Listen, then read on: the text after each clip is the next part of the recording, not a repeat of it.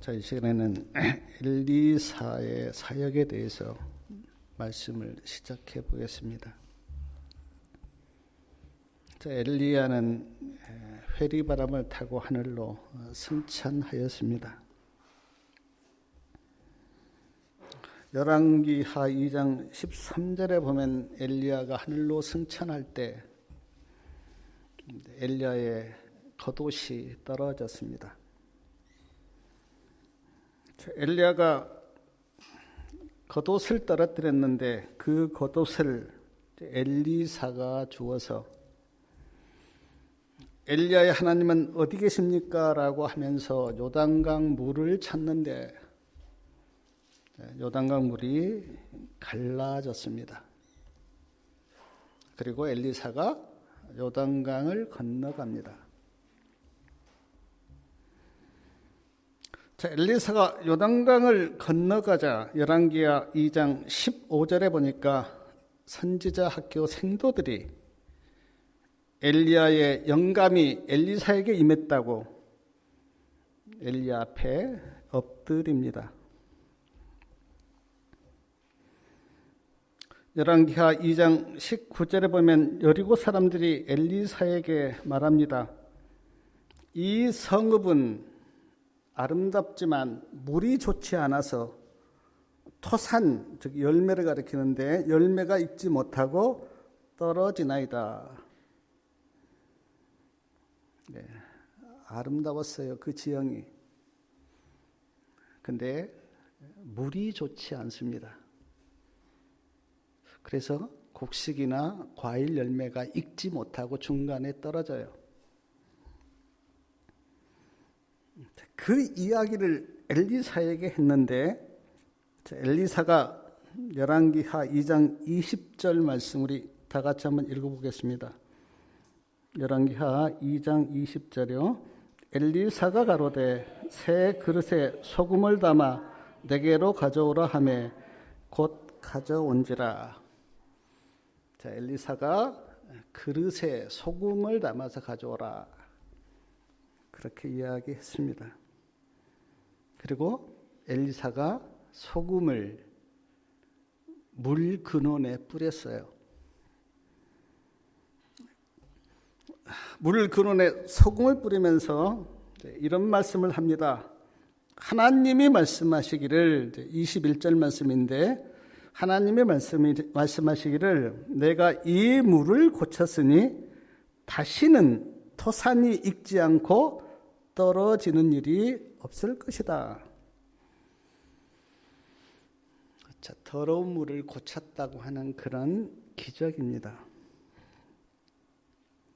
출애굽기 15장에도 비슷한 말씀이 나오는데 이스라엘 백성들이 애굽에서 나와서 홍해를 건너고 마라에 도착을 했습니다. 굉장히 이제 갈증을 느껴서 물이 먹고 싶은데 마라에 도착해서 물을 발견했는데 물이 써서 마실 수가 없었어요. 물이 써서 마실 수가 없자 이스라엘 백성들이 이제 불평하고 원망을 했습니다. 모세가 하나님 앞에 나아가서 하나님, 물이 써서 마실 수가 없는데 하나님 좀 고쳐달라고 그렇게 부르짖습니다. 그때 하나님께서 한 나무를 지시하시면서 그 나무를 물에 던지라 그렇게 말씀하세요. 하나님이 지시하신 그 나무를 모세가 쓴물에 던졌습니다. 그러자 쓴물이 달아졌어요. 그리고 이스라엘 백성들이 그 물을 마실 수가 있었습니다. 제가 이 말씀 이렇게 묵상하면서 떠올랐던 하나님의 은혜가 뭐냐면 그 나무가 십자가라고 저는 그렇게 생각이 들었어요. 자, 우리 마음 가운데 뭐가 던져져야 하냐면 십자가가 던져질 때 우리의 마음에 치료가 일어납니다. 사랑하는 여러분, 사람도 동물도 식물도 물 없이는 살 수 없습니다. 물이 절대적으로 필요하죠. 저는 그 아프리카에 있는 사람들이 아주 더러운 물을 먹을 때 그 여인들이 멀리 가서 참 우리는 상상도 못할 그 더러운 물을 이렇게 물동이에 떠서 이렇게 올 때 참 마음이 아팠는데, 사람에게도 물이 필요하고 동물에게도 물이 필요하고 식물에게도 물이 필요합니다. 그런데 선지자와 왕 233페이지에 이런 말씀이 있습니다. 더럽혀진 샘물은 하나님을 떠난 인간을 표상한다. 왜 더럽혀진 샘물이 하나님을 떠난 인간을 표상하는가? 하나님을 떠난 인간에게서 나오는 게 더러운 생각들, 이기심, 질투심, 욕망들, 교만, 이런 것들이 하나님을 떠난 인간에게서 나오기 때문에 이 더러운 샘물이 하나님을 떠난 인간을 표상한다는 거예요.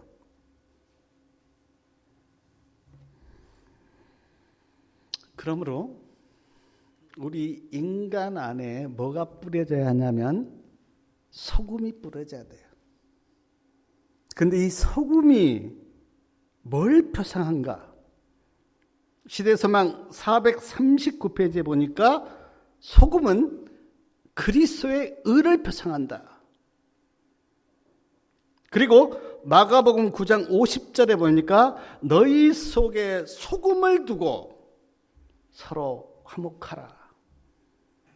그러므로 우리 안에 소금이 있어야 되고, 그 소금은 예수님의 의를 표상한다고 말씀하고 있습니다.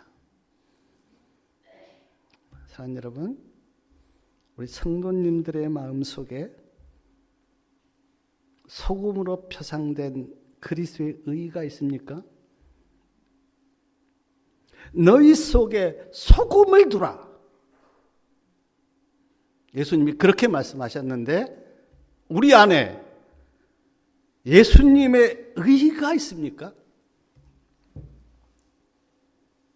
예수님의 의가 우리 안에 없다면 우리는 더러운 물을 낼 수밖에 없는 죄인들이에요. 악한 생각이 나오고 욕망이 나오고 교만이 나오고, 그러나 우리 안에 소금으로 표상된 그리스도의 의가 뿌려지면 우리 안에서 뭐가 나올까요? 믿음이 나오고 사랑이 나오고 긍휼이 나오고 희생이 나오고 그럴 겁니다. 그러므로 어떤 사람이 좋다 나쁘다가 아니라 어떤 사람의 마음속에 소금으로 표상된 예수님의 의가 그에게 뿌려졌는가 뿌려지지 않았는가가 초점이에요. 좋은 사람도 없고 나쁜 사람도 없어요.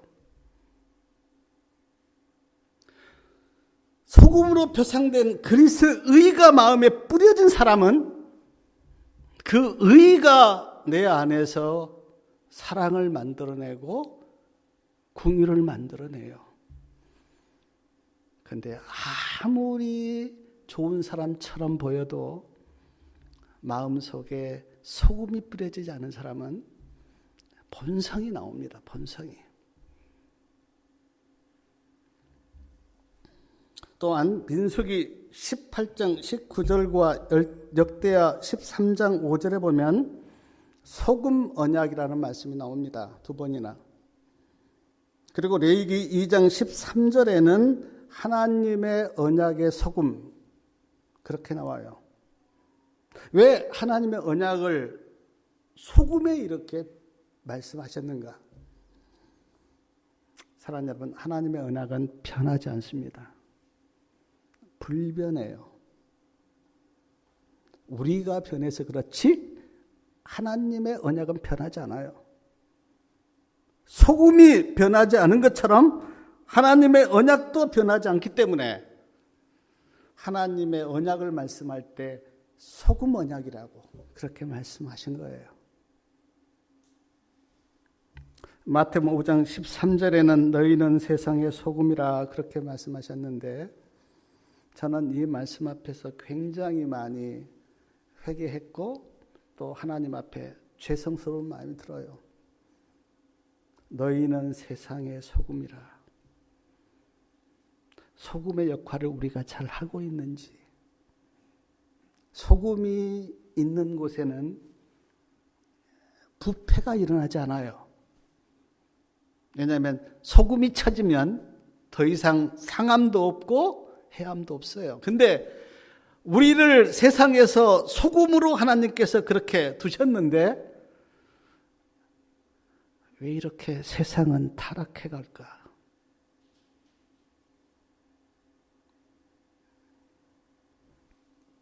사랑하는 여러분, 우리가 잘나서가 아니라 소금 대신 예수님의 의를 내 마음에 품고 믿음으로 사시고 사랑으로 사시고 정직하게 살아서 세상의 소금이 되시길 바랍니다.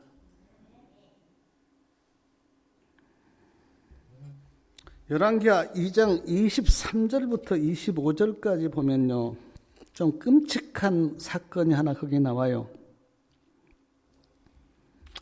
우리 그 말씀 한번 읽어보겠습니다.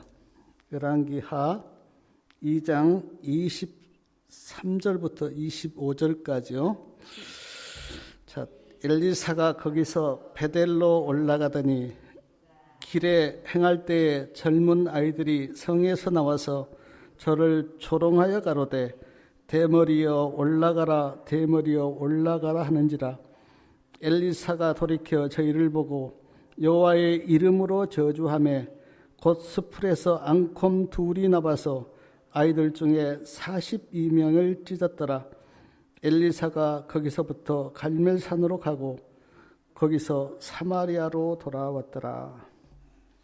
좀 아주 끔찍한 사건이에요.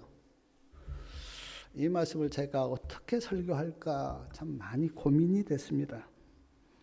어떤 성경에는 젊은이들, 또 어떤 성경에는 젊은 아이들 그렇게 나오는데 엘리사가 가는데 젊은들이 대머리에 올라가라, 대머리에 올라가라라고 조롱한 거예요. 저도 대머리여서 참 이 말씀 들으면 좀 그런데, 예? 대머리에 올라가라, 대머리에 올라가라. 세 번에 보니까 대머리여 꺼져라, 대머리여 꺼져라 그렇게 나와요. 하나님의 선지자를 아주 조롱하고 모욕한 거죠.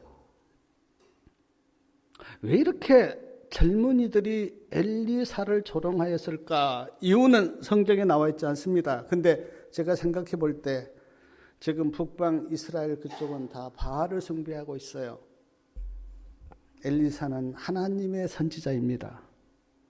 아마 그래서 바알을 숭배하는 그런 젊은이들이 하나님의 선지자 엘리사의 사역을 방해하기 위해서 그렇게 조롱을 했던 것처럼 저는 그렇게 생각이 듭니다. 대머리여 꺼져라, 대머리여 꺼져라. 그걸 듣고 엘리사가 이제 하나님의 이름으로 그들을 저주해 버려요. 그러자 숲풀에서 곰 2마리, 암곰 2마리가 나와서 그들을 다 물었습니다. 이 말씀을 우리가 어떻게 이해를 해야 될까? 아무리 젊은이들이 좀 조롱했다 손치고 그렇게 저주하고 곰이 나와서 그렇게 물도록 해야 할까 하는 생각이 들기도 하는데 선지의 왕 236페이지에 이런 말씀이 있습니다. 엘리사가 조롱을 받고도 가만히 있었다면 엘리사는 어중이 떠중이들에게 계속 조롱을 당하였을 것이고 엘리사의 사역은 좌절되었을 것이다. 그걸 보시고 하나님께서 엘리사를 다시는 조롱하지 못하도록 아주 강하게 하나님께서 책망을 하신 거죠. 제가 저번에 말씀 읽어보니까 이때로부터 엘리사가 50년 동안 이곳저곳을 다니면서 하나님의 선지자 일을 했는데 50년 동안 아무도 엘리사를 조롱하지 않았다는 거예요. 이 일 때문에.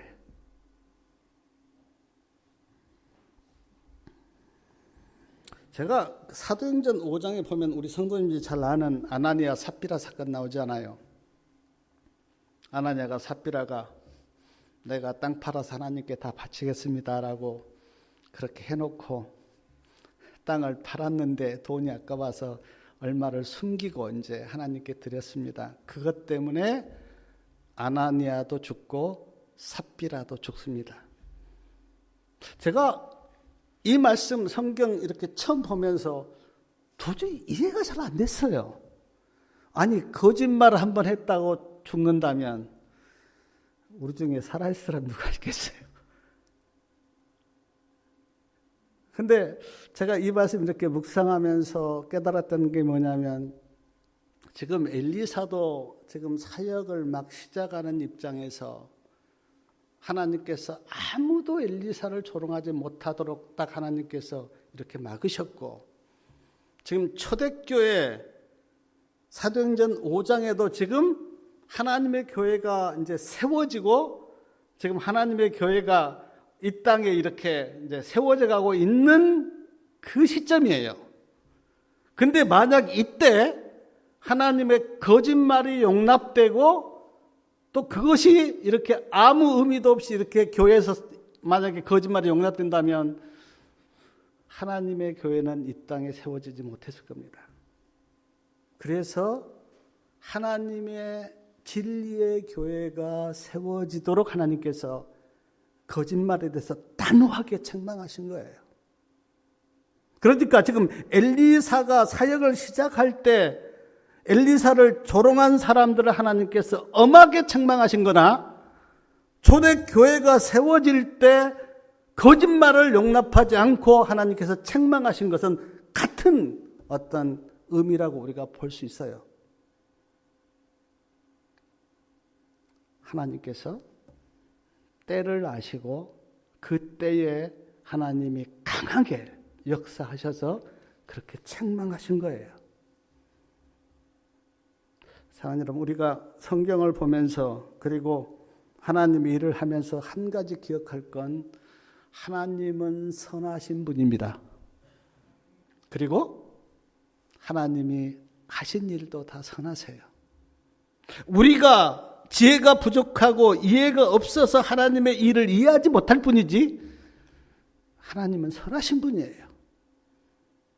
저는 엘리사가 저주에서 죽은 젊은이들 그리고 아나니와 삽비라의 사건을 다루시는 그 일을 보면서 처음에는 이해가 되지 않았는데 증언의 말씀을 보고 제가 기도해 보면 하나님께서 그렇게 하실 수밖에 없었던 어떤 상황이 있어요. 상황이. 우리는 이해 못하지만 그러므로 그 상황을 잘 우리가 믿음으로 바라보고 하나님이 선하신 하나님이 그렇게 하셨던 일에 대해서 우리가 어떤 불평이나 원망이 없기를 바랍니다. 열왕기하 3장에 보면 3장 1절부터 3절까지 보면 여로암 왕이 이제 12년을 통치하였는데 여로암 왕에 대해서 이제 이렇게 평가를 하셨습니다. 하나님 보시기에 악을 행하였지만 아합과 이세벨 같지는 않았다. 아합이 만든 주상 바알의 주상을 제거하였으나 여로보암의 죄를 따라 행하였다. 여로보암의 죄가 무엇입니까? 북방 이스라엘 백성들이 남방 유다 예루살렘으로 가지 못하도록 어딥니까? 베델과 단에 금송아지를 이렇게 우상으로 만들어 놓고 아무도 예루살렘에 내려가지 못하도록 그런 했던 죄, 그게 여로보암의 죄고, 레이지파 같이 제사장이어야 되는데 레이지파가 아닌 다른 사람들을 제사장으로 삼아서 하나님을 이렇게 섬긴다고 했던 그런 것들이 여로보암의 죄인데, 요람이 여로보암의 죄를 따라 행하였다, 그렇게 말씀하고 있습니다.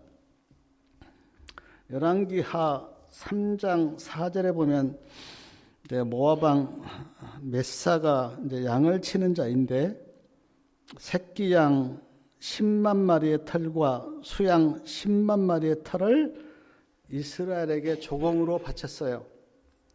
굉장히 큰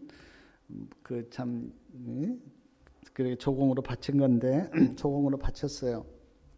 근데 여로왕 때 바쳤던 조공을 이제 바치지 않고 배반을 합니다. 그러자 여호람 왕이 이제 화가 났어요. 그렇지 않겠어요? 조공으로 잘 바쳐오다가 조공을 안 바치면 이제 화가 나죠. 그래서 화가 나서 남방 유다 왕 여호사밧과 에돔 왕을 설득하여 이제 모압을 치려고 갑니다.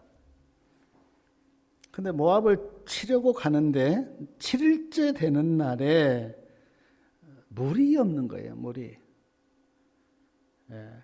많은 이제 말과 나귀가 이제 나귀에다 집을 싣고 이렇게 가는데 물이 없는 거예요. 여호람 왕이 깜짝 놀라서 물이 없으면 도저히 전쟁을 어떻게 하겠어요? 그래서 그때 막 탄식하면서 하나님, 물이 없는데 어떻게 하면 좋느냐고 그렇게 합니다. 그때 여호사밧 왕이 이런 이야기를 해요.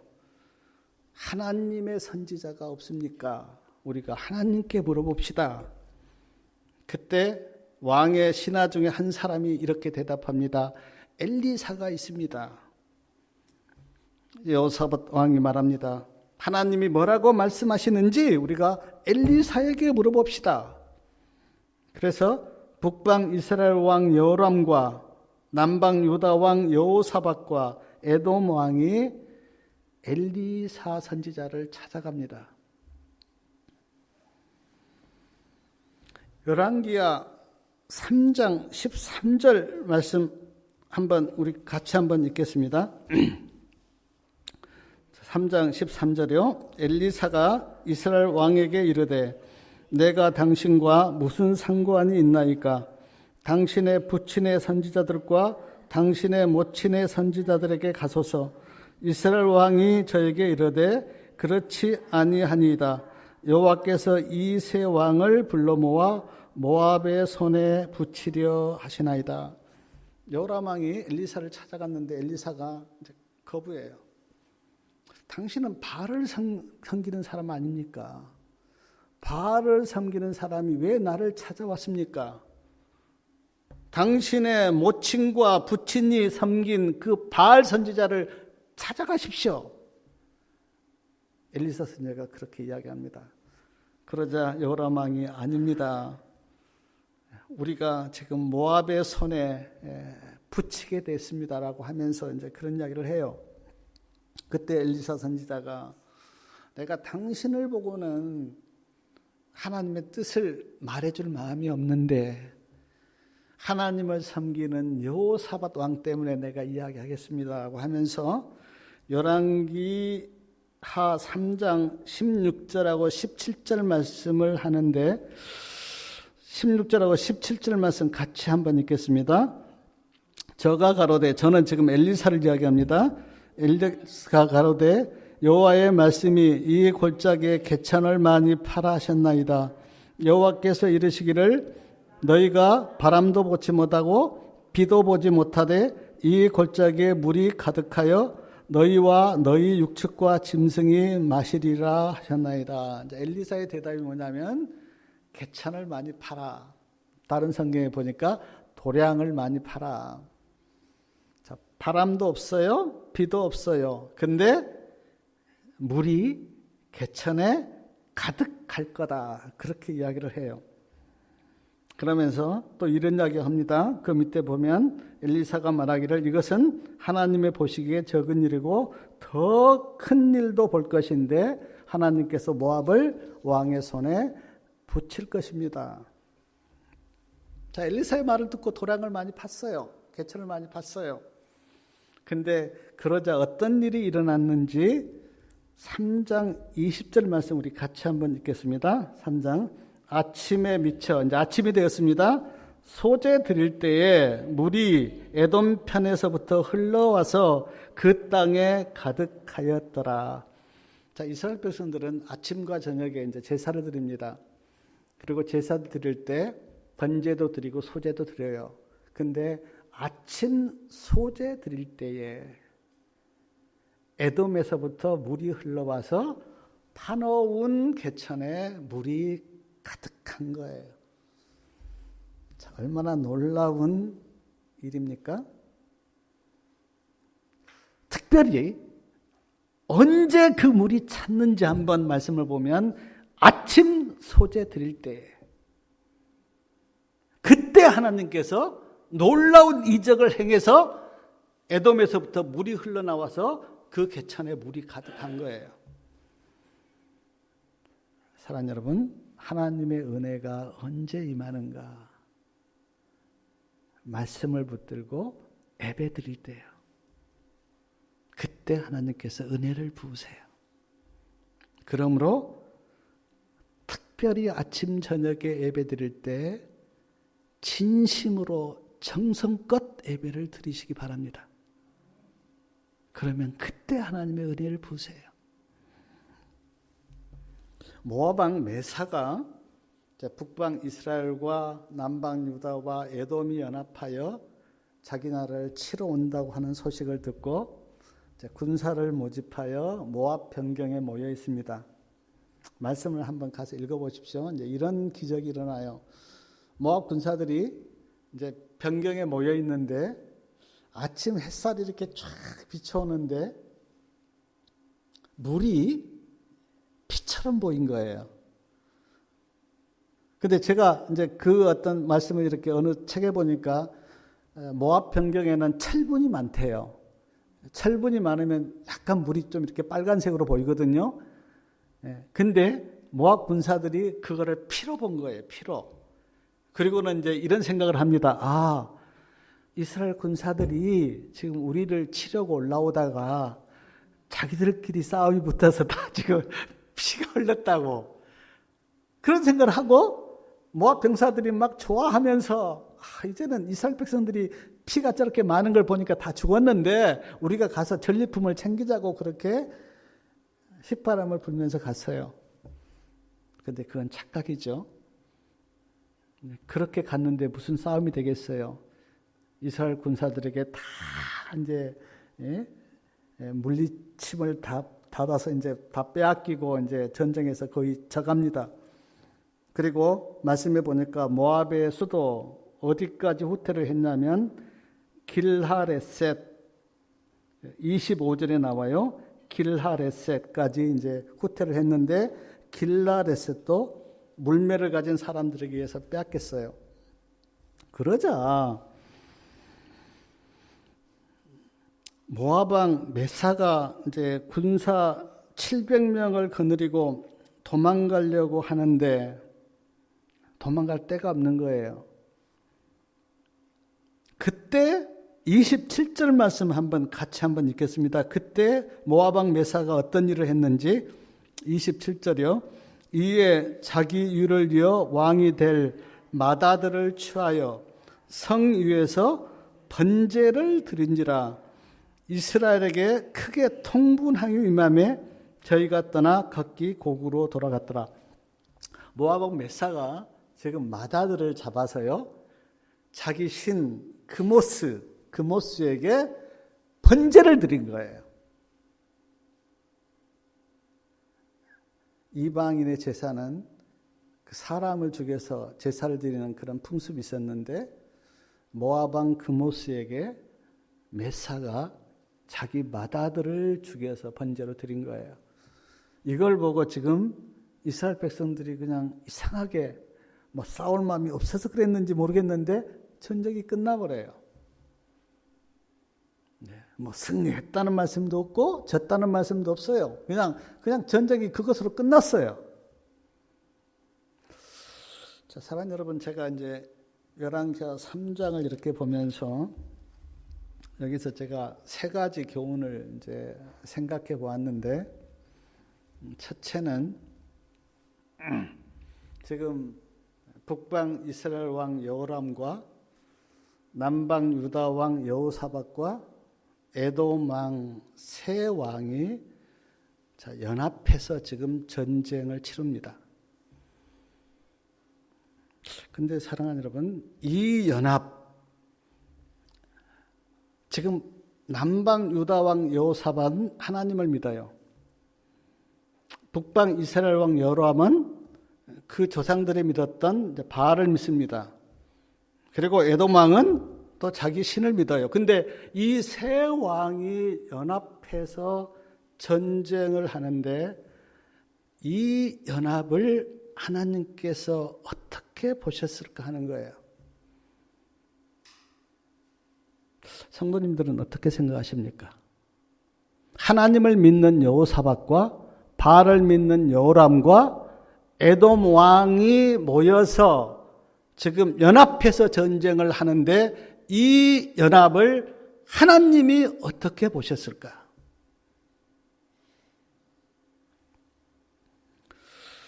성경에 보면 이제 잘못된 연합이 나와요. 아합과 이세벨의 연합. 우리가 지난번에 아합을 봤는데 이세벨은 바알의 딸이에요. 근데 북방 이스라엘 왕 아합이 바알의 딸 이세벨을 아내로 맞이해서 북방 이스라엘을 아주 영적으로 타락시켰는데 잘못된 연합이죠. 이세벨을 만나지 않았다면 그렇게 되지 않았을 텐데 아합이 이세벨을 만나서 북방 이스라엘이 아주 타락하는 그런 계기가 됐죠. 자, 복음서에 보면 바리새인들과 사두개인들의 연합이 나와요. 원래 바리새인들과 사두개인들은 원래 적입니다. 바리새인들은 부활을 믿는데 사두개인들은 부활을 믿지 않았어요. 그래서 굉장히 사이가 안 좋은데 이들이 연합을 합니다. 왜 연합을 했는가? 예수님을 핍박하고 죽이기 위해서 연합했어요. 하나님께서 보실 때 아주 안 좋은 연합이에요. 헤롯과 빌라도의 연합 마찬가지예요. 예수님을 핍박하고 죽이기 위해서 연합했는데 하나님께서 보실 때 아주 안 좋은 연합이에요. 이스라엘 역사를 보면 바벨론의 침략을 받을 때 이스라엘 백성들이 하나님을 의지하고 하나님을 붙잡아야 되는데 누구를 의지했습니까? 애굽을 의지했어요. 애굽. 하나님께서 보실 때는 애굽을 의지하지 않고 하나님을 의지하라고 하는 하나님의 뜻이 있는데 그 뜻을 이스라엘 백성들이 알지 못했기 때문에 자꾸 애굽을 의지했어요. 애굽을. 그 연합도 하나님께서 보실 때 아주 안 좋은 연합이었어요. 그런데 제가 열왕기하 3장 이렇게 말씀을 이렇게 묵상하면서 하나님께서 여호사밧과 여호람과 에돔 왕의 연합을 하나님께서 정말 축복하셨을까? 말씀을 보면 축복하지 않았던 것 같아요. 자, 두 가지 이유가 있는데 하나는 싸우러 가는데 물이 없습니다. 하나님이 축복하지 않은 거죠.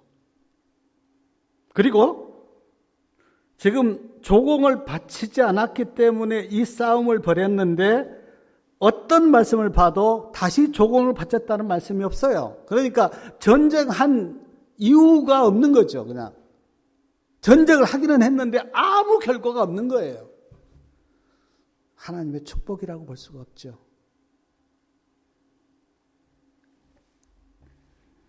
우리가 잘 아는 고린도후서 6장 14절 말씀부터 이렇게 보면 의와 불법이 어찌 함께하며 빛과 어둠이 어찌 사귀며 그리스도와 사단이 어찌 조화되며 믿는 자와 믿지 않는 자가 어찌 함께하며 하나님의 성전과 우상이 어찌 일치하리요. 너희는 저희 중에서 나와서 따로 있으라. 하나님의 말씀이에요. 우리가 알다시피 고린도 교회는 아주 많은 은혜를 누렸는데 그들이 영적으로 매우 타락한 교회였다고 하는 것을 우리가 성경에서 보게 되는데 그 이유 중에 하나가 뭔가? 잘못된 연합 때문에. 계시록 14장에 나온 둘째 천사의 기별도 뭡니까? 바벨론에서 나와서 따로 있으라. 계시록 18장 천사의 기별도 뭡니까? 내 백성아 거기서 나오라. 자, 여러분, 비록 우리가 세상에 있지만 그러나 하나님의 말씀은 말씀하기를 세상에서부터 나오라고. 몸은 우리가 세상에 있지만 마음은 세상에서부터 나와야 돼요. 예수님께 와야 돼요. 진리 가운데 들어와야 돼요. 증언에는 분명하게 말씀하시기를 잘못된 단체에 가입하지 말라. 왜냐하면 그들과 연합해서 그들과 함께하면 분명히 우리가 타락할 것을 하나님께서는 아시기 때문에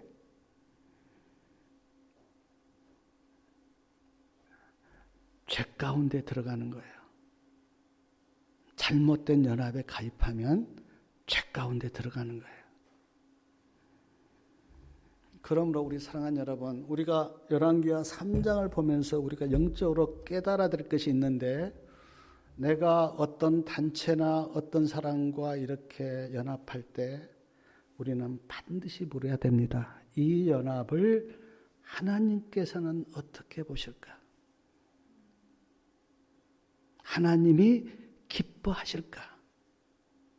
그리고 이 연합이 영적으로 나에게 손해가 될까 이득이 될까 우리는 말씀을 놓고 분별을 해보셔야 돼요.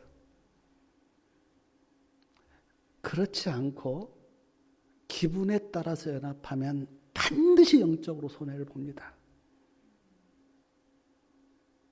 물론 우리가 세상에 있는 사람들을 사랑하고 그들에게 복음을 전하고 또 그들을 진리 가운데로 인도할 책임은 우리에게 있어요. 그러나 노아가 어떻게 했습니까? 세상에 나가서 복음을 외쳤지만 그들과 연합하지는 않았어요. 그러니까 우리가 진리를 전하기 위해서 그들에게 가야 되는 건 맞지만 그러나 우리가 그들을 따라가거나 그들과 함께 할 수는 없어요. 우리는 진리를 전하고 복음을 전하고 다시 주님 안으로 들어와야 돼요. 아멘? 그래야 우리가 영적으로 손해를 안 봐요. 그들과 함께 먹고 마시면서 그들의 생각과 사상을 따라가다 보면 반드시 우리에게 영적인 손해가 와요. 열왕기하 3장을 보면서 저는 특별히 그 유다 왕 여호사밧 하나님을 잘 섬겼던 왕이에요. 근데 지금 북방 이스라엘 여호람 왕이 나와 함께 싸우자 그렇게 하니까 지금 거절 못하고 갔습니다. 근데 그 연합을 하나님께서 기뻐하지 않았다는 거예요. 여호사밧 왕이 왜 갔습니까? 그 사돈관계에서 사돈관계. 사돈이 청하니까 거절하지 못하고 갔는데 그 연합을 하나님께서 기뻐하지 않았다는 거예요. 그러므로 영적인 분별력을 가지고 내가 이 사람과 만나서 어떤 일을 하는 것이 하나님의 뜻인지 아닌지 반드시 묻고 그렇게 행하시기 바랍니다. 또 하나 열왕기하 3장을 보면서 깨닫는 게 뭐냐면, 자, 싸우러 가는데 물이 없습니다. 물이 없어. 물이 없으면 뭐 전쟁에서 반드시 뭐 질 수밖에 없죠. 많은 말들과 또 나귀들에게 짐을 싣고 이렇게 가는데 물이 없어 보세요. 어떻게 하겠어요? 근데 물이 없다고 하는 것을 아무도 예상하지 못했다는 거예요. 물이 그쪽으로 가면 물이 없다라는 것을 알았다면 뭐 그쪽으로 안 갔겠죠. 근데 아무도 예상하지 못했습니다. 근데 제가 여기에서 깨닫는 게 뭐냐면 우리의 인생도 그렇지 않는가.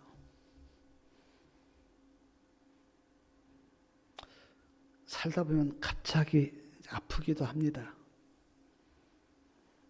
내가 아플 거야 그렇게 예상하고 아픈 사람 없습니다. 사고를 만나요? 아무도 내가 사고를 당하리라는 예상한 사람 없어요. 어떤 고난을 겪습니다. 그것도 우리가 예상 없이 당해요. 참 특별히 이번에 이태원에서 압사당한 사람들, 제가 보니까 뭐 중학생도 있고요, 고등학생도 있고, 또 애국인도 많고 하던데, 그 사람들이 뭐 내가 사고를 당하리라 예상했겠어요? 예상했다면 거기를 가겠어요? 우리 인생이 그래요. 앞날을 예상한 사람은 아무도 없습니다. 마치 지금 이 사람들이 물이 없을까라는 것을 전혀 예상하지 못하고 그 길을 간 것처럼 우리 인생도 똑같아요. 예상 못합니다. 그러므로 사랑하는 여러분, 우리 인생이 이렇기 때문에 누구를 의지해야 됩니까?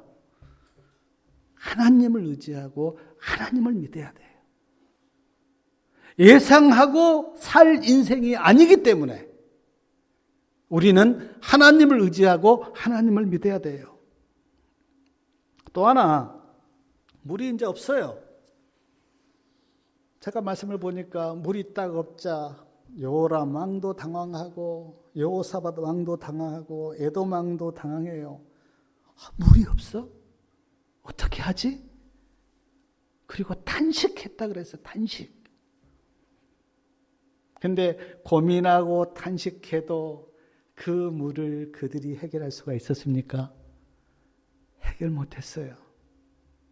그러자 누구를 찾아갑니까?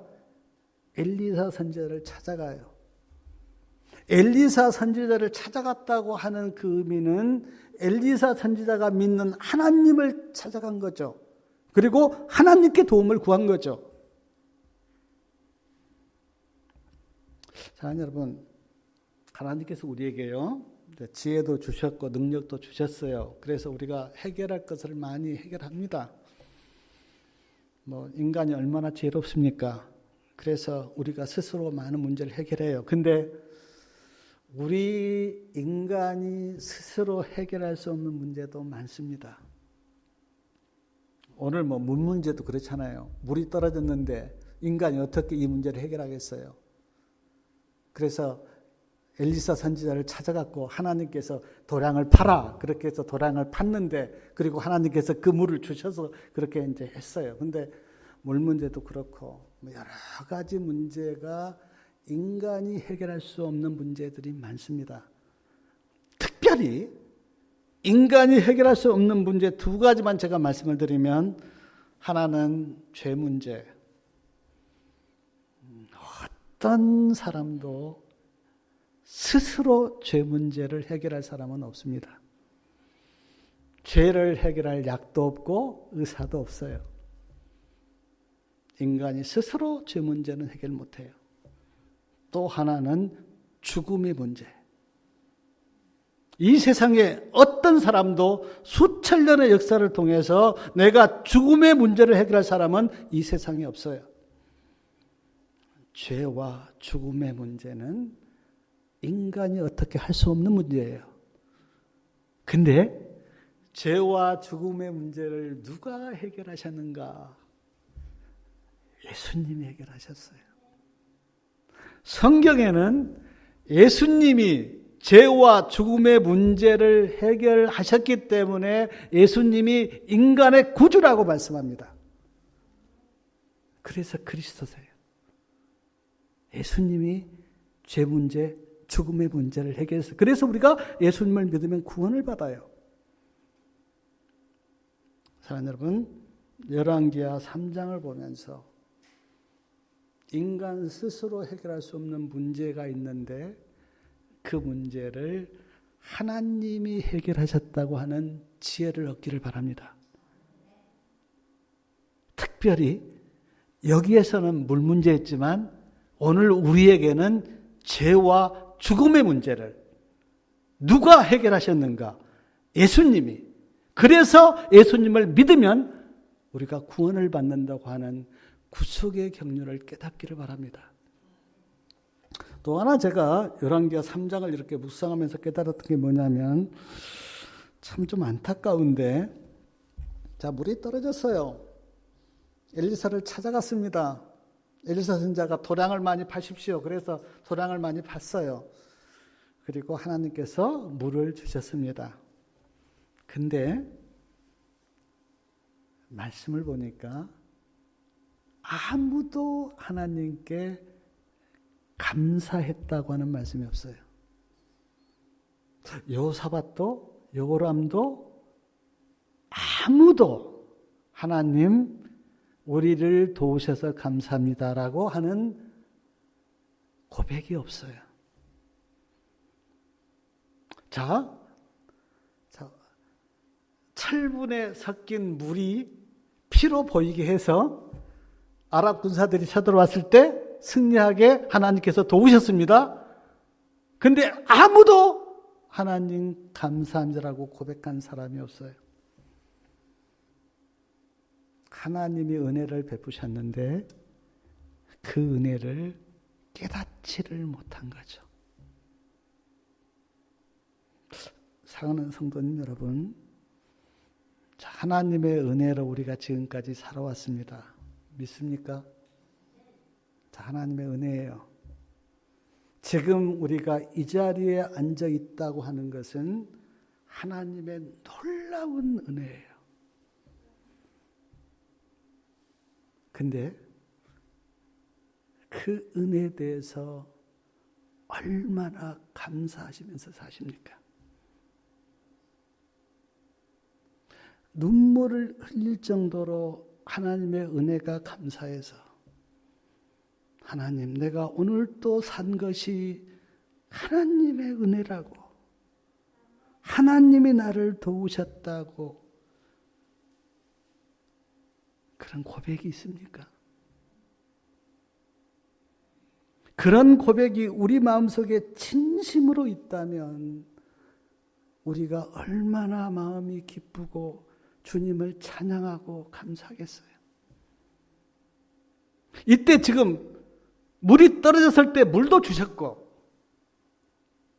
피가 물로 보이게 해서 그렇게 하나님께서 도우셨는데 아무도 하나님 감사합니다, 하나님이 우리를 도우셨습니다고 하는 고백이 없어요.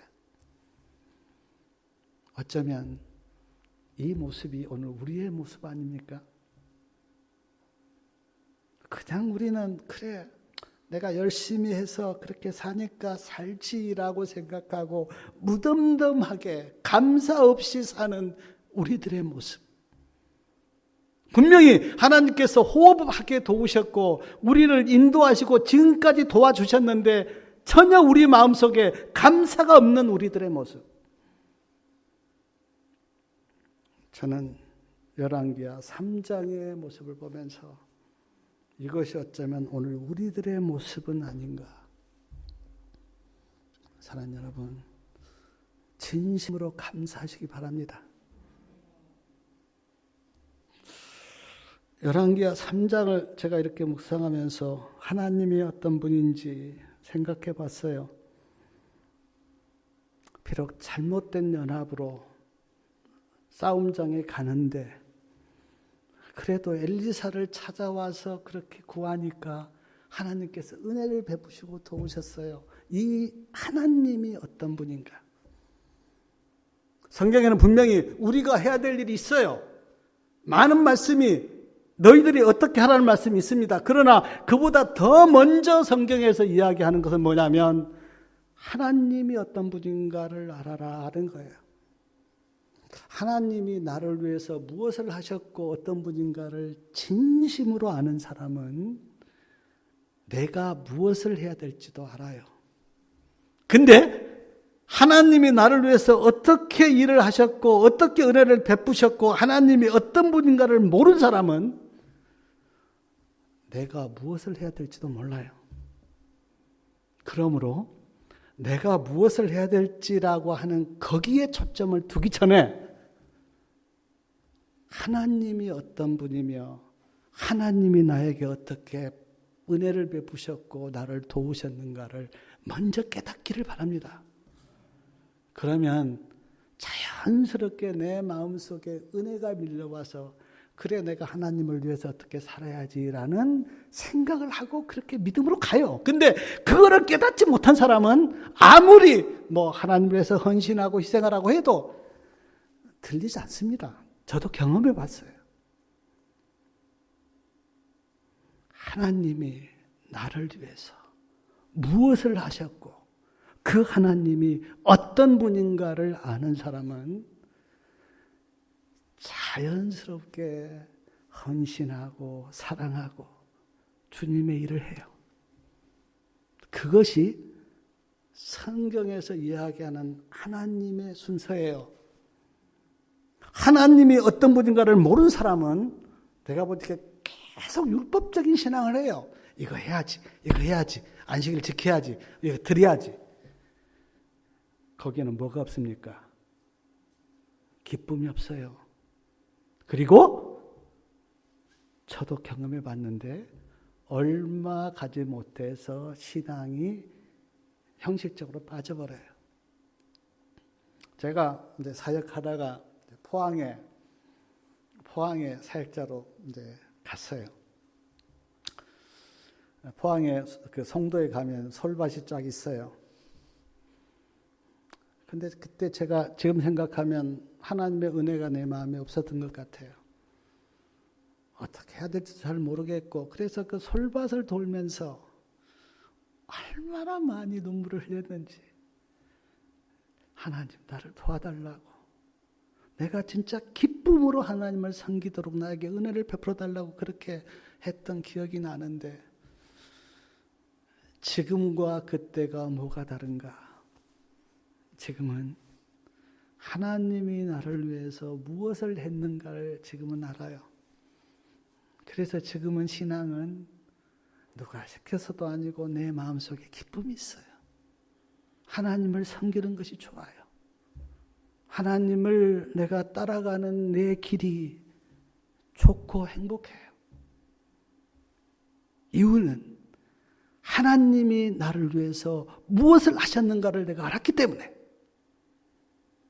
성도님들도 그런 믿음의 길을 가시기를 바라고 열왕기하 3장을 깊이 묵상하시면서 제가 3가지를 말씀을 드렸습니다. 인간에게는 한계가 있다. 아무도 자기 앞날을 예상하지 못한다. 또 하나는 잘못된 연합은 우리에게 영적으로 손해를 가져온다.